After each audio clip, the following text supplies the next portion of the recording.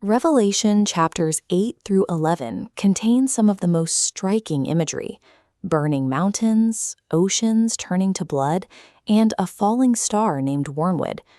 Read at face value, these events seem like a chaotic fever dream or a terrifying vision of the literal end of the world.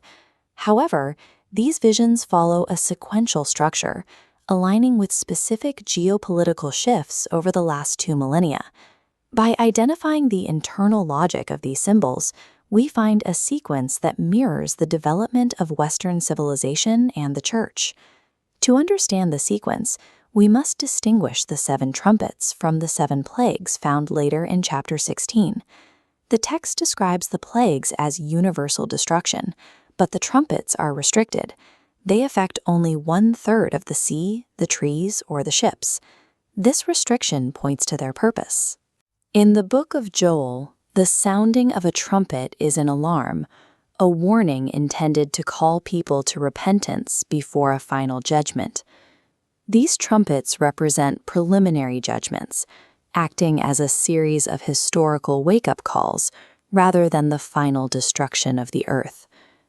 The first trumpet begins this chronological sequence in the 1st century, symbolizing the divine judgments that came upon Jerusalem during the early Christian era. When the second trumpet sounds, a mountain is cast into the sea. In biblical prophecy, a mountain often represents a nation, and the sea represents masses of people. This imagery maps to the Germanic tribes' invasion and the eventual collapse of the Western Roman Empire. As the timeline enters the Middle Ages, the 3rd trumpet introduces a falling star named Wormwood. In this context, the star represents a spiritual power, while the springs of water it poisons represent the sources of spiritual life.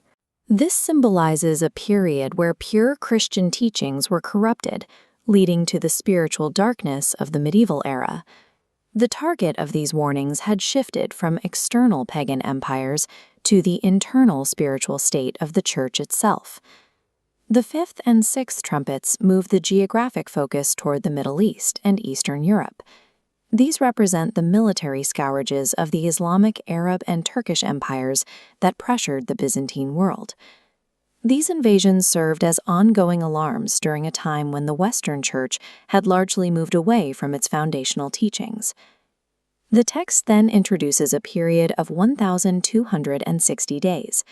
Using the prophetic principle of a day representing a literal year, we find a window starting in AD 538, the year the Bishop of Rome was legally decreed the head of all Christian churches.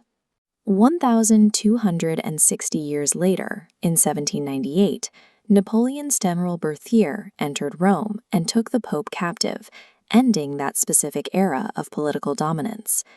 During these closing years, French revolutionaries attempted to de-Christianize the nation and discard the Bible entirely. This matches the prophecy of the 2 witnesses, the Old and New Testaments, being killed and left in the streets. However, the prophecy describes these witnesses being resurrected. Following the Revolution, the 19th century saw the rise of global Bible societies, spreading the scriptures into more languages than ever before. The attempt to eradicate the Bible resulted in its massive global expansion, aligning with the chronological sequence of the vision.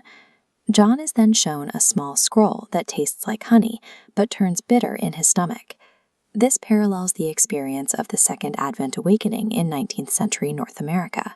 Thousands of people found a message of Jesus' return to be sweet, believing they had correctly calculated his arrival for October 22, 1844.